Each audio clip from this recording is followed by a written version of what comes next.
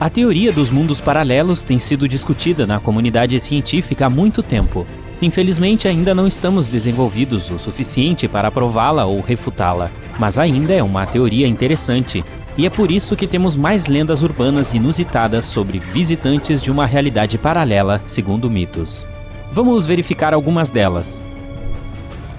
Um homem de um país inexistente.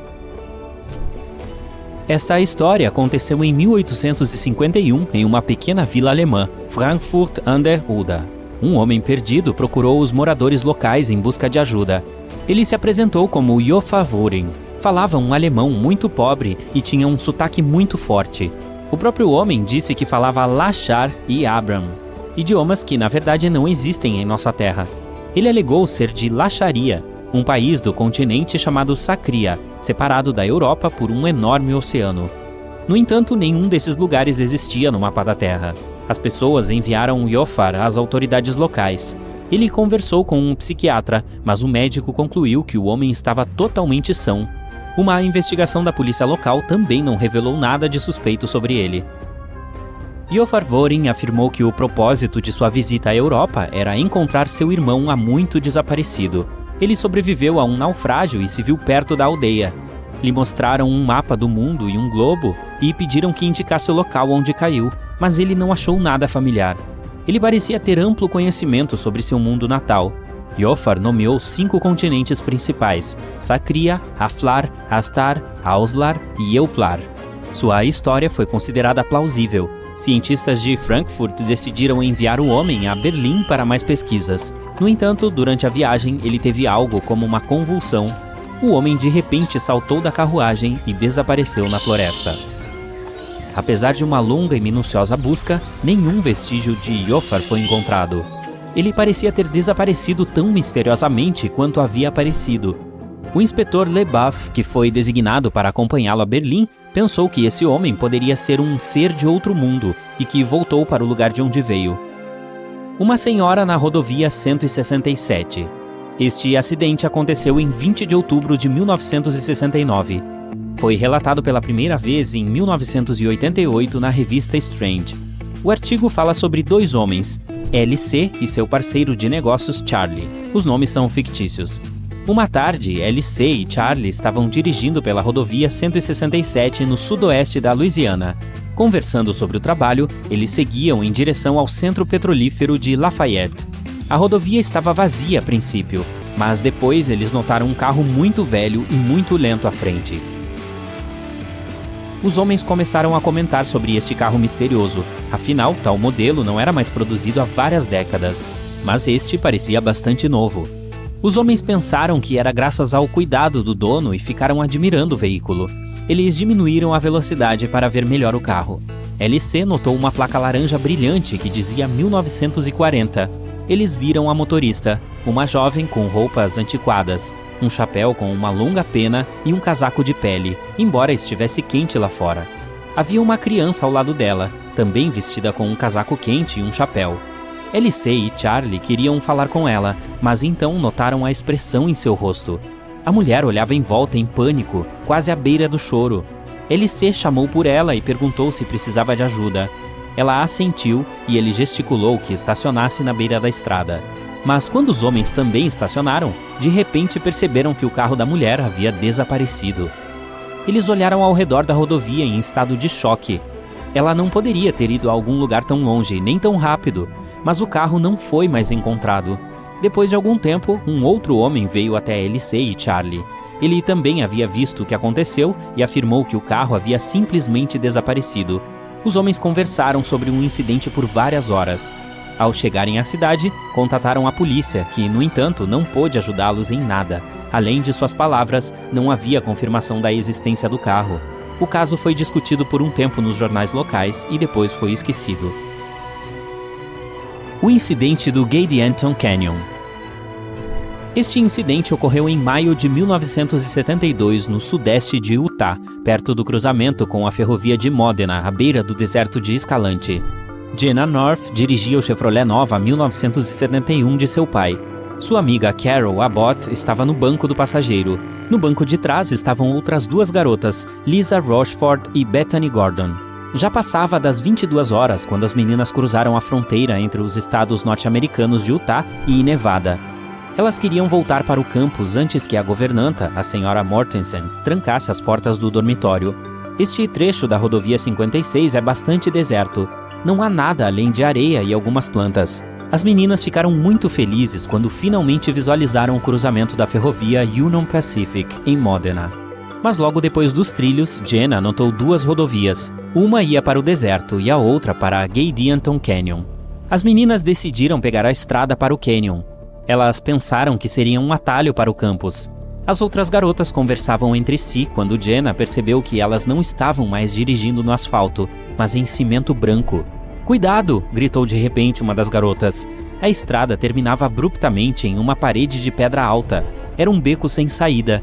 Elas tiveram que voltar pelo mesmo caminho, e enquanto as amigas de Jenna reclamavam que agora teriam que dormir no carro, Jenna viu que a paisagem havia mudado drasticamente. Elas não estavam mais no deserto. Em vez disso, o desfiladeiro se transformou em uma área aberta com campos de trigo, matagais de pinheiros e um pequeno lago à frente. A lua cheia brilhava no céu, o que era estranho porque não deveria estar lá naquela noite. As meninas não tinham ideia de onde estavam, então seguiram em frente até o sinal. Era algum prédio que pensaram ser uma lanchonete ou restaurante.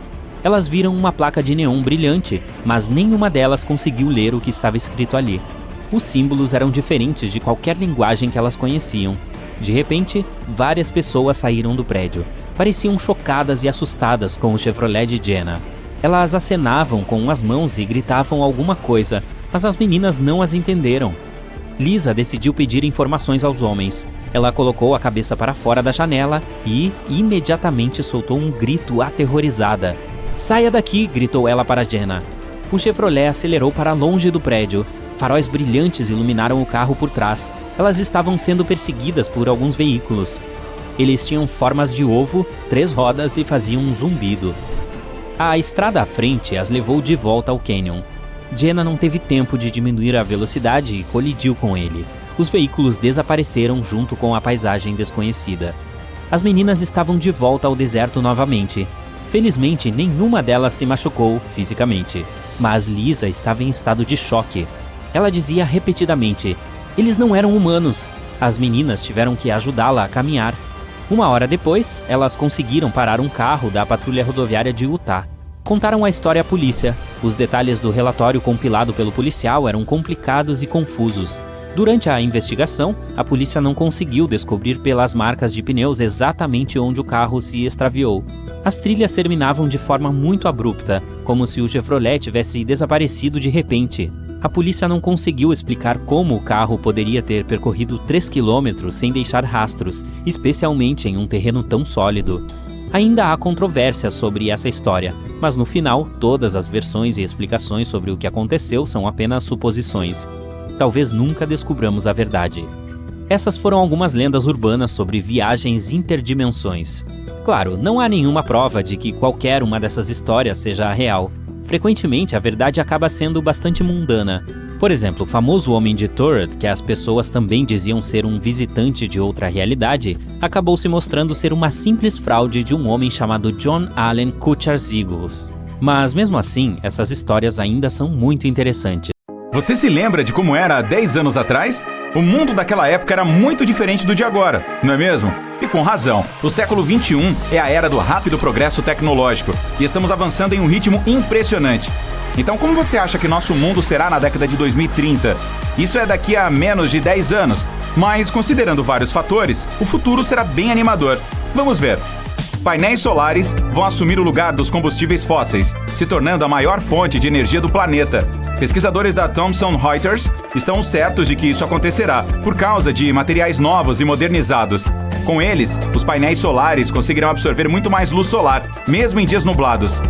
As realidades aumentada e virtual ficarão em alta. Hoje elas são tecnologias muito novas e pouco exploradas, mas em alguns anos serão algo que todos usarão no dia a dia.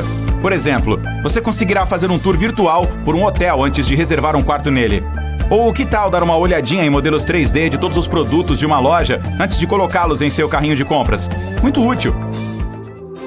E por falar em coisas aumentadas, as próprias pessoas também serão melhoradas. Imagine ter microchips inseridos dentro da pele, em vez de usar documentos de identificação de plástico ou papel. Ter membros biônicos com todas as funções que braços e pernas de verdade possuem. Ou implantes que melhoram o funcionamento de órgãos internos. A lista é enorme. Por volta de 2030, tudo isso e muito mais estará disponível. E a partir daí, essas coisas se tornarão cada vez mais baratas e populares. O problema dos engarrafamentos será resolvido de vez, ou estará perto de acabar. Com a crescente demanda por carros autodirigíveis e até voadores, mal posso esperar. O fator humano vai diminuir drasticamente. E como esse é o motivo principal da existência dos congestionamentos, as cidades grandes finalmente terão ruas livres e conseguiremos fazer tudo sem pressa. Mal posso esperar por isso. Por falar nisso, a gasolina se tornará algo esquecido em 2030. Veículos elétricos ou movidos a hidrogênio empurrarão os com motores a gasolina ou etanol para fora do mercado aos poucos. Outra coisa, automóveis movidos a energia solar provavelmente surgirão, substituindo gradualmente todos os outros. Imagine só, um carro que só exige a existência de luz solar e um tempo para carregar. Não vai mais existir a preocupação de ficar sem combustível no meio do nada. A internet das coisas será onipresente. Casas, escritórios e prédios inteiros inteligentes. Tudo, literalmente, estará conectado a outra coisa, separado apenas por redes internas fechadas. Morar sozinho e mesmo assim chegar em casa e topar o jantar quentinho e tudo limpo será uma realidade. Todas as coisas serão feitas automaticamente, exigindo apenas alguns cliques do seu dedo no smartphone ou tela do tablet. A internet se tornará inteiramente global. Hoje, apenas 3 bilhões de pessoas no mundo possuem acesso constante à rede, enquanto os outros 5 bilhões têm acesso limitado ou nenhum. Várias empresas de grande porte como Google, Facebook e SpaceX já estão trabalhando juntas em um projeto que trará a internet para todos os habitantes do planeta a velocidades de mais de 1 megabit por segundo. Por volta de 2030, isso certamente será implantado. A inteligência artificial dará um enorme salto. Daqui a aproximadamente 10 anos, ela não só responderá perguntas simples e seguirá comandos, mas também se tornará mais profunda e mais inquisitiva. E até conseguirá conversar com você, não como a Siri faz hoje, mas como o Jarvis do Tony Stark. Resumindo, a inteligência artificial se tornará o braço direito de todo mundo.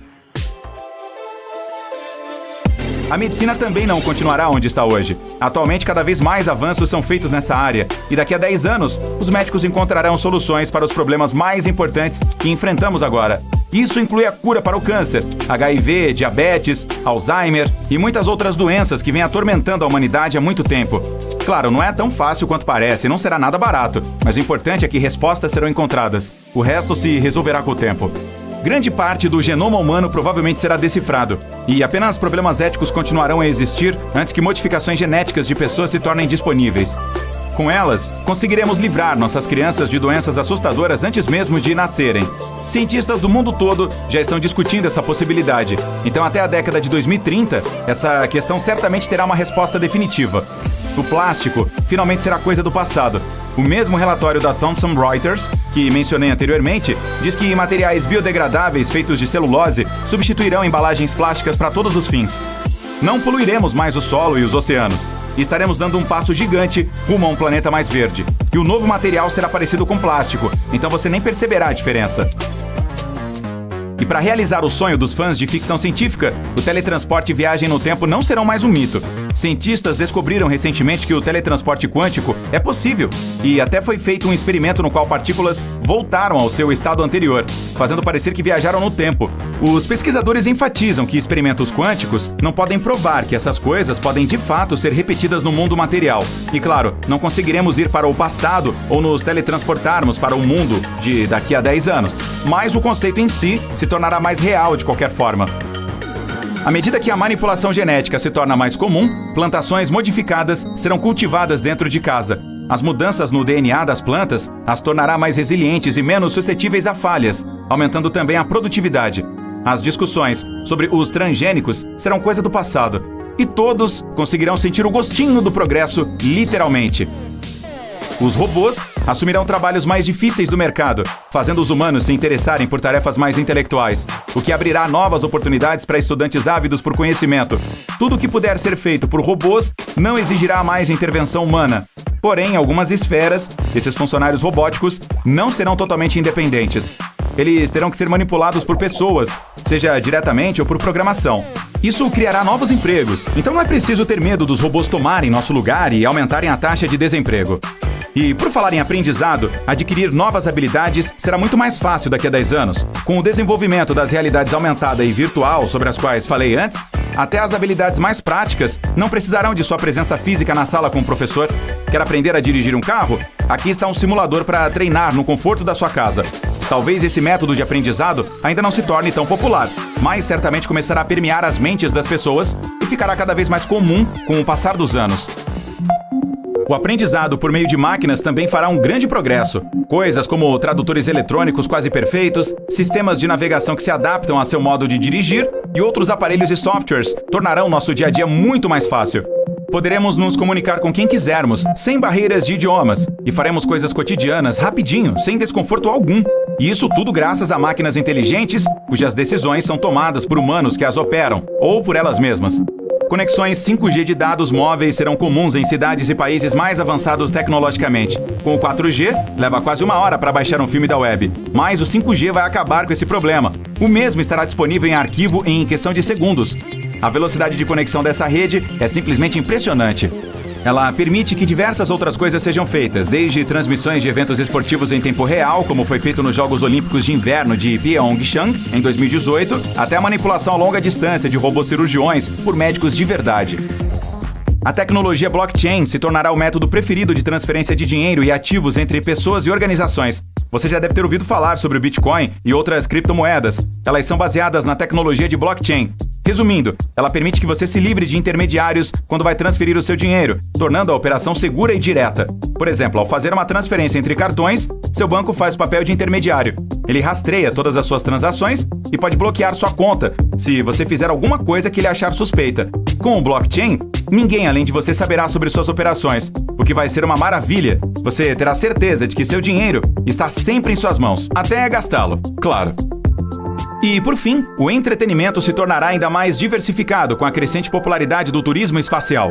Agora mesmo, empreendedores como Richard Branson e Elon Musk estão apenas começando a lançar seus primeiros tours espaciais e só os mais ricos conseguirão ter o prazer de estar a bordo deles. Mas até a década de 2030, o custo disso vai começar a baixar aos poucos, já que o processo todo se tornará mais fácil. Não estou dizendo que todos nós teremos o privilégio de ver as estrelas de perto. Ainda vai ser muito caro, mas será um começo e quem sabe, talvez na outra década, estaremos viajando de foguete igual andamos de avião hoje.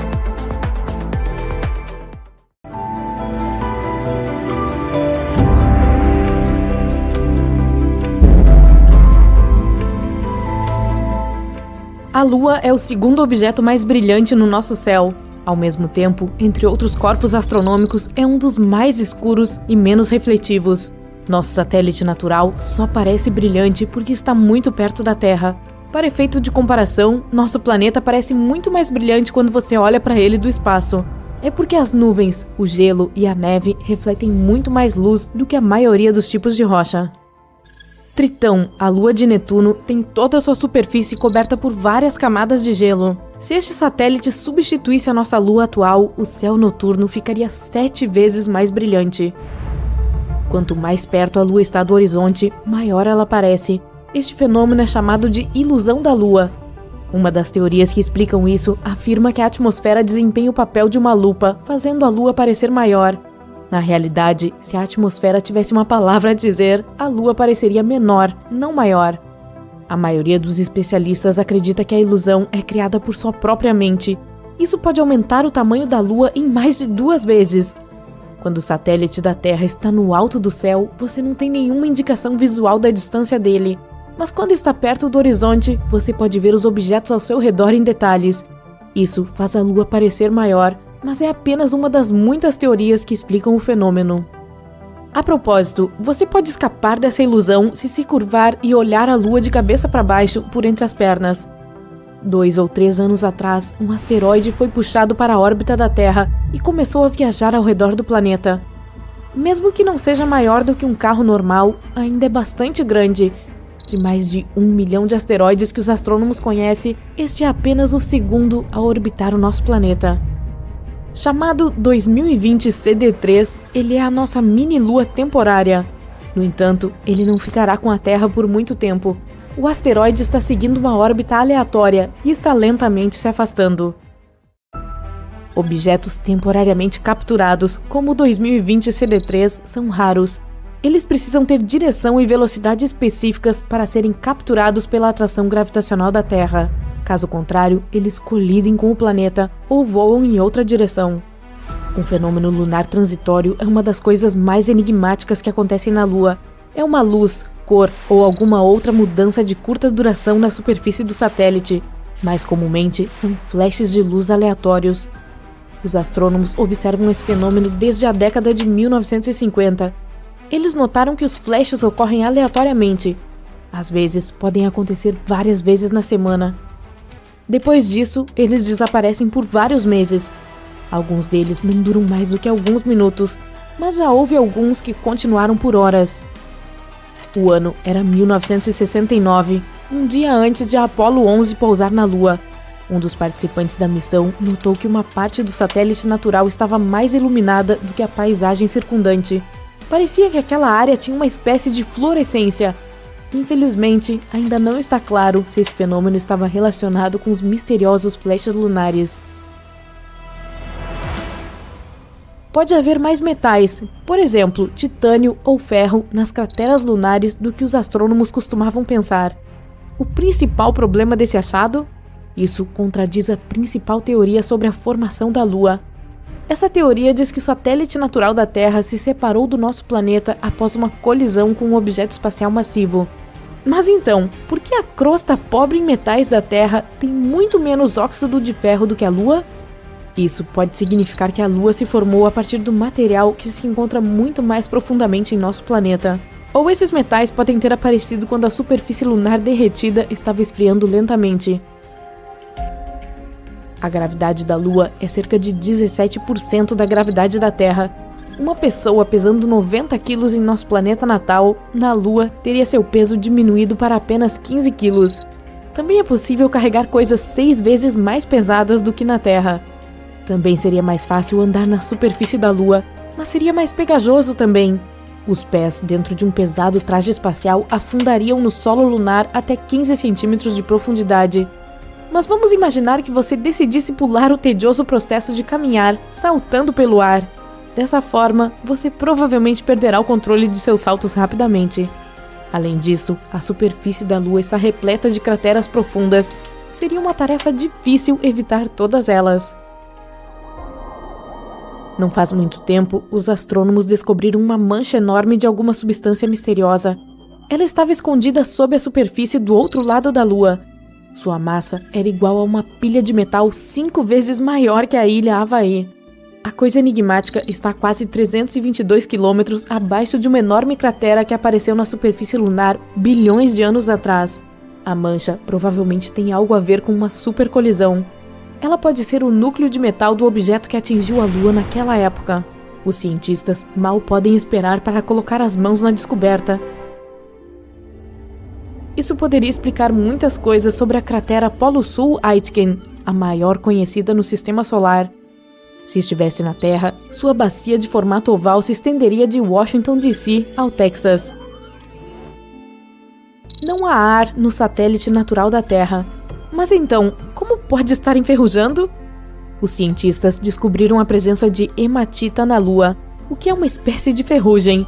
Um instrumento especial de pesquisa da NASA examinou a luz refletida na superfície lunar. Descobriu-se que a composição dos polos do satélite é muito diferente do restante. A superfície da Lua é pontilhada por rochas ricas em ferro. Mas sem oxigênio e água líquida, a ferrugem não pode aparecer. Os ventos solares aumentam o mistério. Eles bombardeiam a Lua com hidrogênio, e o hidrogênio torna muito mais difícil a formação de hematita. Mas, embora a Lua não tenha uma atmosfera, ainda tem alguns vestígios de oxigênio. Sua fonte é a atmosfera superior do nosso planeta. A Terra também protege a Lua de quase 100% dos ventos solares, embora não o tempo todo. E apesar de o nosso satélite natural estar completamente seco, pode haver gelo de água nas crateras sombreadas do outro lado.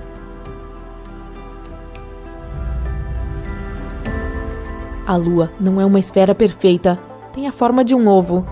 Além disso, o centro de massa do satélite está a pouco mais de 1,5 km de seu centro geométrico. A Terra e a Lua estão gradualmente se afastando, tão lentamente quanto crescem as suas unhas. Este é o outro lado da força gravitacional do nosso satélite. A Lua cria marés nos oceanos da Terra. Os oceanos recuam na direção da Lua e a fazem acelerar. Isso, por sua vez, move o satélite para uma órbita mais alta.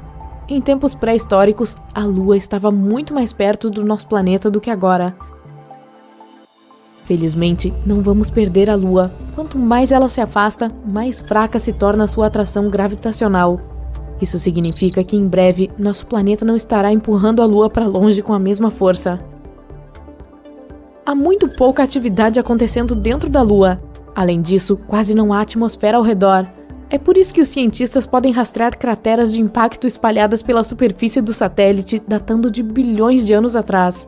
Enquanto datavam as crateras, os astrônomos descobriram que a Lua, junto com o nosso planeta, passou por um pesado bombardeio tardio cerca de 4 bilhões de anos atrás. Este evento também é conhecido como cataclismo lunar. Esse intervalo durou várias centenas de milhões de anos. Durante ele, um número excepcionalmente grande de asteroides colidiu com a Terra, Mercúrio, Marte e Vênus. Pode haver um labirinto de tubos de lava na Lua. Não muito tempo atrás, os astrônomos receberam os resultados de uma topografia lunar subterrânea. Eles descobriram uma enorme caverna sob a superfície do satélite. Com cerca de 48 quilômetros de comprimento e 96 quilômetros de largura, a caverna provavelmente é o resultado de uma atividade vulcânica de 3 bilhões de anos. Depois que os fluxos de lava endureceram, eles criaram uma crosta dura e espessa do lado de fora, mas por dentro a lava continuou fluindo, derretendo a rocha e formando túneis e cavernas. Incontáveis poços na superfície da Lua, descobertos pela NASA, podem ser as aberturas para esses tubos de lava. A órbita da Lua em torno da Terra não é circular, é oval. É por isso que a distância entre o nosso planeta e o satélite varia entre 362 mil quilômetros a mais de 402 mil quilômetros.